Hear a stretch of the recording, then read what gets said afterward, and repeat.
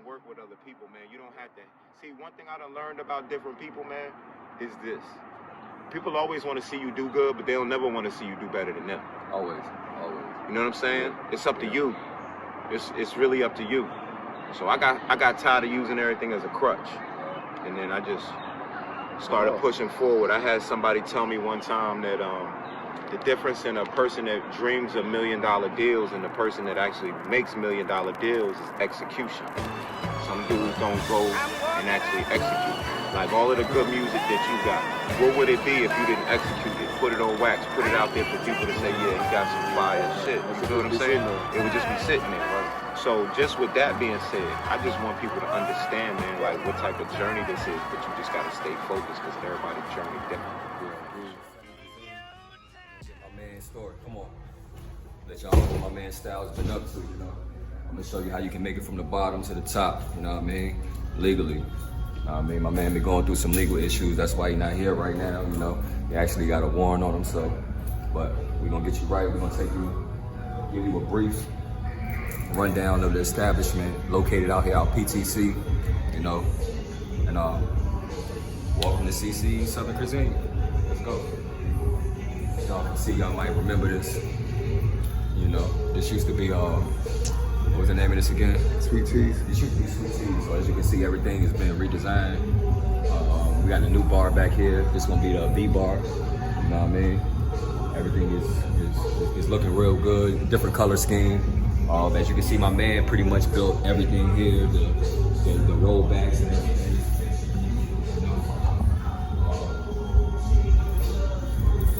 Everything is pretty much just, he grinded, you know what I mean, from the bottom. I watched this man, I was actually locked up with this guy.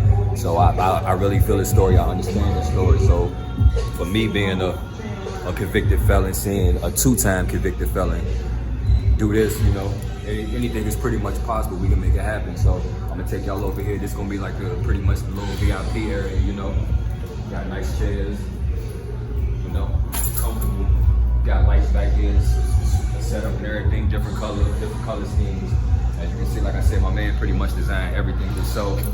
The little inserts right here. You know what I mean? We just want you to feel comfy here. Come get an escape from everyday reality. This is something that I felt like God wanted me to do because I felt like when I kept coming into hurdles of whether I was gonna open it or not, whether I was gonna get the property or not, you know, I just kept praying and asking God, like, this is what you want me to do. You know, open that door for me. And, you know, that's basically what he's been doing. So I've been playing passenger and letting him drive. Right. I used to not be able to do that. I always wanted to drive and be in control of things. And sometimes we just gotta like sit back and, you know, let God drive. But, you know, like I said, man, you know, 3 years ago, I was in a really dark place.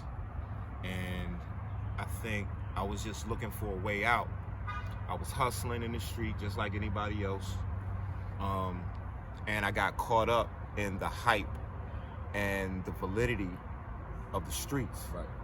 And I think how I got caught up in that was, I think I was looking for appreciation and validity at home.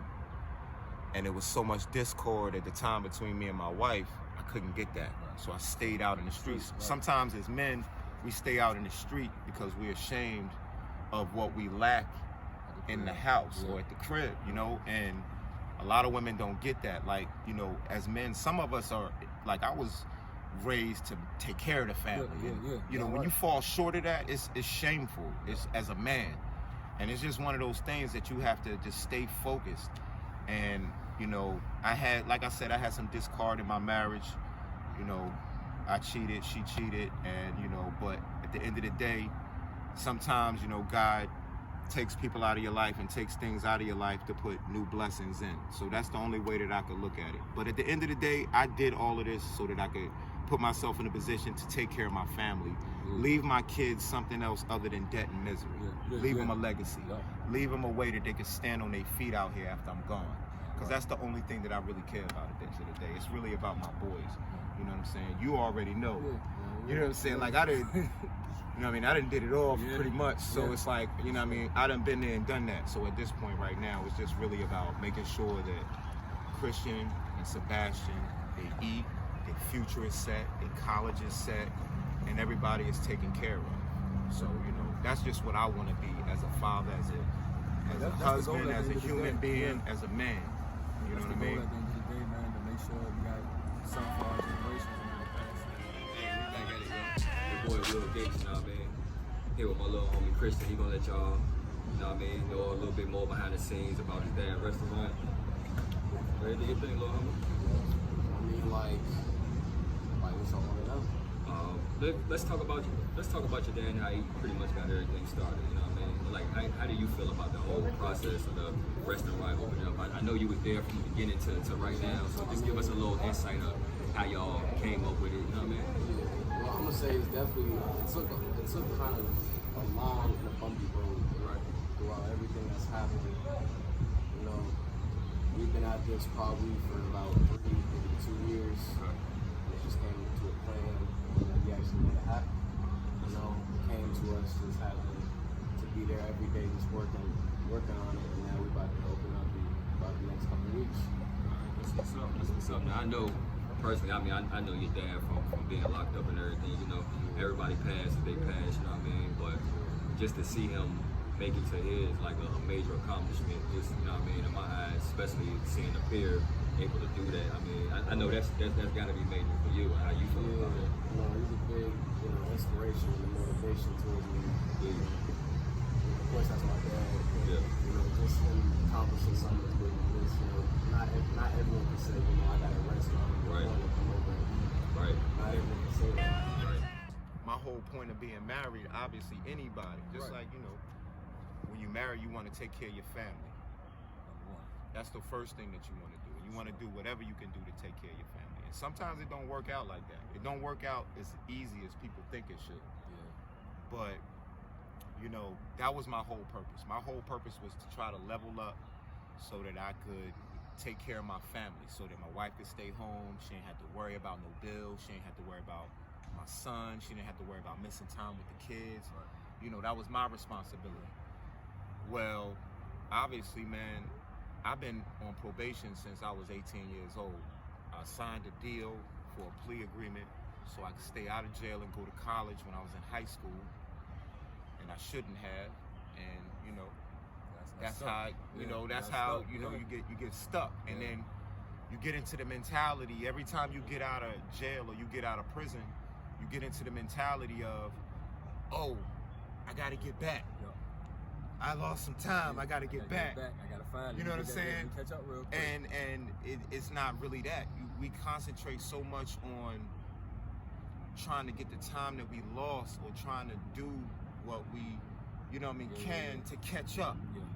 You know what I'm saying? And in that process, what happens is we come home from jail, prison, or being incarcerated, or whatever it may be, and we want to make this big explosion. That big explosion is supposed to get us back. And I think, me personally, I spent too much time trying to make that big explosion. Right.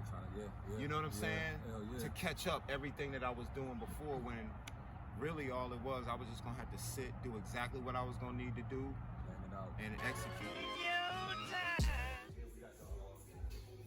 See my man setting up. He got the fryers and everything. Got the grill and everything. This is getting watched back there, so we ain't even gonna disturb him. But we're getting everything ready for opening day.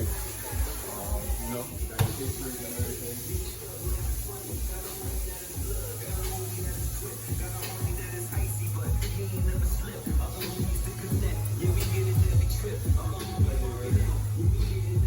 I mean, pretty much you see the setup.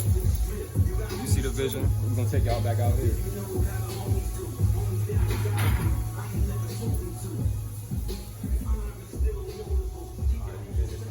Southern Cuisine, located out here on POC. PTC, I'm sorry. I've been to POC earlier today. We got the lobby.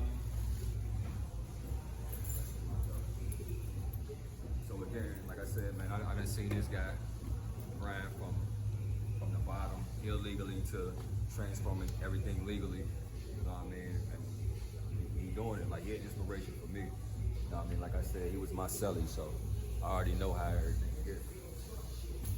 And again, we gonna get him on camera. Y'all be sure to plug, come on in. have a good time. We got wine, liquor, and everything.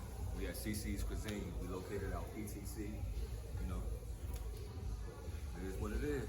Come fuck with us.